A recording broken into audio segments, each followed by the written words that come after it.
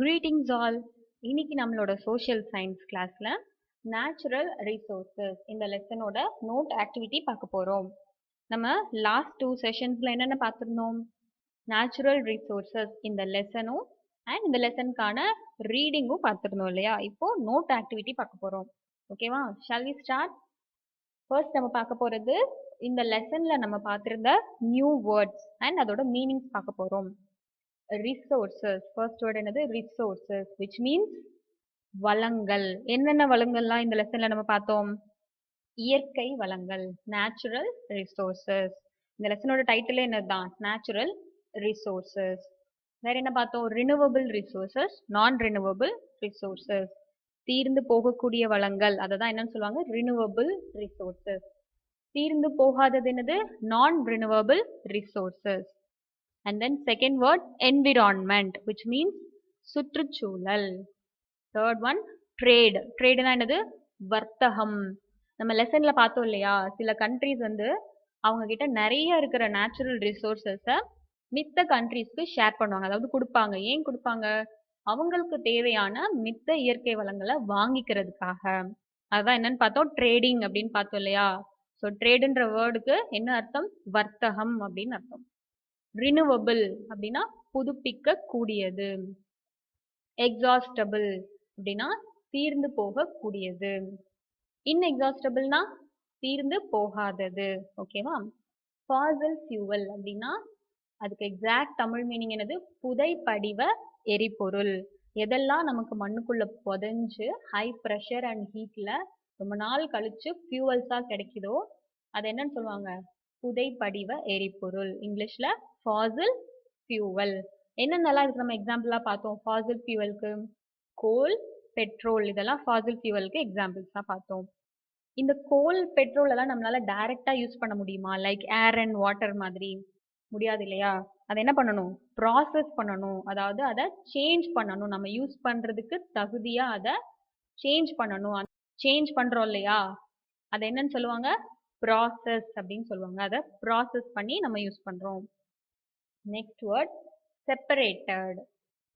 Separated அப்படின்னா பிரிக்கிறது அப்படின்னு அர்த்தம். ஓகேவா? ஓர்ஸ். ஓர்ஸ்னா என்னன்னு பார்த்தோம்? எந்த மினரல்ல இருந்து நமக்கு மெட்டல்ஸ் கிடைக்குதோ அதை ஓர்ஸ் அப்படின்னு சொல்லுவோம்னு பார்த்தோம் இல்லையா? இதுக்கு Tamil word, exact Tamil word என்னன்னா தாது, தாதுக்கள் அப்படின்னு அர்த்தம். ஓகேவா? ப்ராஸ்பரஸ் அப்படின்னா வளம் மிக்க, வளம் நிறைந்த, வெல்த்தியான அப்படின்னு அர்த்தம். ஓகே. க்ரூட் அப்படின்னா கலப்படமான, அப்படி இல்லைன்னா அதுல நிறைய வேஸ்ட் இருக்கு அப்படின்னு அர்த்தம்.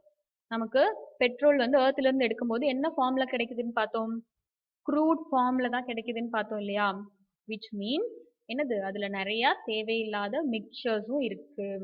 அதெல்லாம் ப்ராசஸ் பண்ணி கிளியர் பண்ணிட்டு தான் நமக்கு யூஸ் பண்றதா கொடுப்பாங்க. ஓகேவா? க்ரூட் அப்படின்னா என்னது? அதுல நிறைய தேவையில்லாத பொருள் இருக்கு, கலப்படமான அப்படின்னு அர்த்தம். ஓகேவா? அடுத்தது ஆல்டர்னேட்டிவ். நம்ம இந்த பெட்ரோல், கோல் இதெல்லாம் அதிகமா யூஸ் பண்றதுக்கு பதிலா ஆல்டர்னேட்டிவ் ரிசோர்ஸ் ஆன solar energy, wind energy, water energy இதெல்லாம் நிறைய யூஸ் பண்ணலாம்னு பார்த்தோமா? அந்த ஆல்டர்னேட்டிவ் வே அப்படின்னா மாற்று வழி அப்படின்னு அர்த்தம். இதற்கு பதிலா இதை பண்ணுங்க அப்படின்னு சொல்றாங்க இல்லையா? அதான் ஆல்டர்னேட்டிவ். கன்சர்வேஷன் அப்படின்னா பாதுகாக்கணும் அப்படின்னு அர்த்தம். ஓகேவா?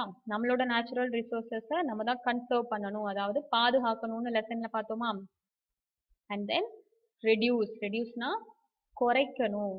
வாட்டர் அண்ட் எலக்ட்ரிசிட்டியை தேவையில்லாம யூஸ் பண்றத குறைக்கணும். அடுத்து நெக்ஸ்ட் வேர்ட் கன்சம்ஷன். கன்சம்ஷன்னா நம்ம அந்த பொருளை யூஸ் பண்ற அளவு. நம்ம reduce water and electricity consumption அப்படின்ட்டு இருந்ததா? விச் மீன்ஸ் நம்ம வாட்டர், எலக்ட்ரிசிட்டியை யூஸ் பண்ற அளவை குறைச்சிக்கணும். ஸோ கன்சம்ஷன் அப்படின்னா நம்ம அதை யூஸ் பண்ற அளவு. ரீசைக்கிள் அப்படின்னா மறுசுழற்சி. பேப்பர் பேக்ஸ் எல்லாம் என்ன பண்ணி தான் வருது? நமக்கு ரீசைக்கிள் பண்ணி தான் வருது. அப்படி ரீசைக்கிள் பண்ணி வர பேப்பர்ஸ் யூஸ் பண்ணணும் அப்படின்னு பார்த்தோமா? And then next word production. ப்ரொடக்ஷன்னாலும் என்னதுதான்? பாதுகாப்பு, பாதுகாக்கணும் அப்படின்னு தான் அர்த்தம். வேஸ்டேஜ். வேஸ்டேஜ்னா என்னது? நம்ம எலக்ட்ரிசிட்டி அண்ட் வாட்டரை தேவைக்கு அதிகமா யூஸ் பண்றது தான் என்னது? வேஸ்டேஜ்.